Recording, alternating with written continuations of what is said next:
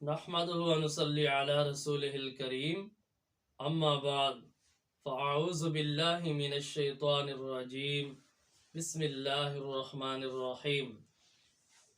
انشاءاللہ آج کی مجلس میں آپ حضرات کو قید سے رہائی کا ایک بہت طاقتور وظیفہ بتاؤں گا۔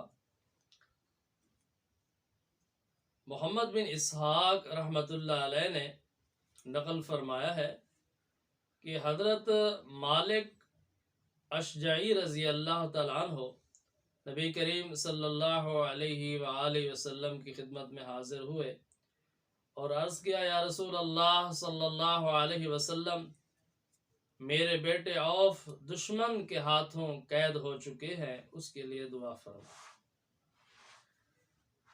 حضور نبی کریم صلی اللہ علیہ وسلم نے ارشاد فرمایا کہ میرا پیغام حضرت عوف رضی اللہ تعالیٰ عنہ تک پہنچا دو کہ تم کثرت کے ساتھ یہ الفاظ پڑھو، لا حول ولا قوت الا باللہ العلی العظیم، تو اللہ تعالیٰ آپ کی مدد فرمائے گا اور جلد قید سے رہائی عطا فرمائے گا۔ تو حضرت مالک اشجعی رضی اللہ تعالیٰ عنہ نے یہ پیغام حضرت عوف رضی اللہ تعالیٰ عنہ تک پہنچا دیا۔ تو حضرت عوف رضی اللہ تعالیٰ عنہ نے کثرت کے ساتھ اس تسبیح کو پڑھنا شروع فرما دیا، صبح و شام دن رات پڑھتے رہے۔ چند دنوں کے بعد عجیب و غریب اس کا اثر دیکھا کہ اچانک حضرت عوف رضی اللہ تعالی عنہ کے ہاتھ میں جو بیڑیاں تھیں وہ ٹوٹ گئیں، اور حضرت عوف رضی اللہ تعالی عنہ قید خانے سے باہر تشریف لائے، دیکھا کہ کوئی آدمی موجود نہیں ہے تو چل پڑے۔ باہر نکلے تو ایک اونٹنی موجود تھی، حضرت عوف رضی اللہ تعالیٰ عنہ اس اونٹنی پر سوار ہو گئے۔ کچھ اور آگے چلے، آبادی سے باہر گئے تو ان لوگوں کے اونٹ چل رہے تھے۔ ایک مخصوص آواز کے ساتھ حضرت عوف رضی اللہ تعالیٰ عنہ نے اونٹوں کو بلایا تو وہ ساتھ چل پڑے۔ حضرت عوف رضی اللہ تعالیٰ عنہ اونٹوں کو ساتھ لے کر اپنے گھر کے دروازے کے سامنے پہنچے اور آ کر آواز دی۔ جب حضرت عوف رضی اللہ تعالیٰ عنہ کے والد گرامی نے آواز سنی تو فرمایا، رب کعبہ کی قسم، یہ تو میرے بیٹے عوف کی آواز۔ تو حضرت عوف رضی اللہ تعالیٰ عنہ کی والدہ محترمہ نے ارشاد فرمایا کہ کیا کہہ رہے ہیں آپ، میرا بیٹا عوف تو دشمن کی قید میں ہے، قید کی صعوبتیں برداشت کر رہا ہے، اور آپ کہتے ہیں کہ حضرت عوف رضی اللہ تعالیٰ عنہ کی آواز آ رہی ہے۔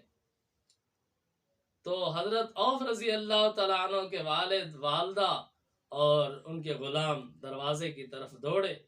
جب دروازہ کھولا اور باہر دیکھا تو واقعی حضرت عوف رضی اللہ تعالیٰ عنہ موجود ہے، اور گھر کے سامنے جو میدان ہے وہ اونٹوں کے ساتھ بھرا ہوا ہے۔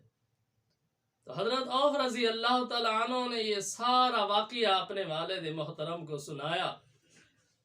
تو صحابہ کرام رضی اللہ تعالیٰ عنہ اجمعین کی ایک خصوصی صفت تھی کہ کوئی بات اپنی مرضی سے نہیں کرتے تھے، کوئی معاملہ اپنی مرضی سے طے نہیں کرتے تھے۔ فوراً حضرت مالک رضی اللہ تعالیٰ عنہ نبی کریم صلی اللہ علیہ وسلم کی بارگاہ میں حاضر ہوئے اور یہ واقعہ سنایا، اور ان اونٹوں کے متعلق دریافت کیا کہ اب ان کا کیا کرنا چاہیے۔ تو نبی کریم رؤوف الرحیم صلی اللہ علیہ وآلہ وسلم نے ارشاد فرمایا کہ مالک، یہ اونٹ اب تمہارے ہیں، جہاں مرضی آئے استعمال کرو، خرچ کرو، یہ تمہاری ملک میں ہیں، جیسے اپنے اونٹوں کو استعمال کرتے ہو ان کو بھی استعمال کر سکتے ہو۔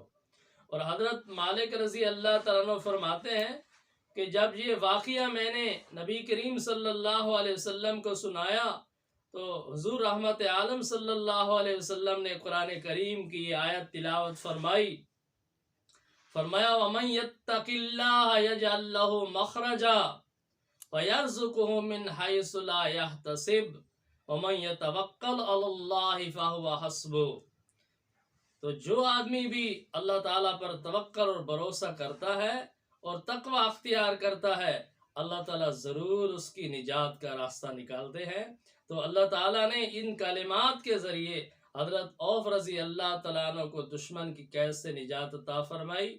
اگر آپ دشمن کی قید میں کہیں پھنس گئے ہیں اور وہاں سے خلاصی چاہتے ہیں تو یہ وظیفہ نبوی پڑھ کر اپنی آنکھوں سے اس کے اثرات مشاہدہ کریں۔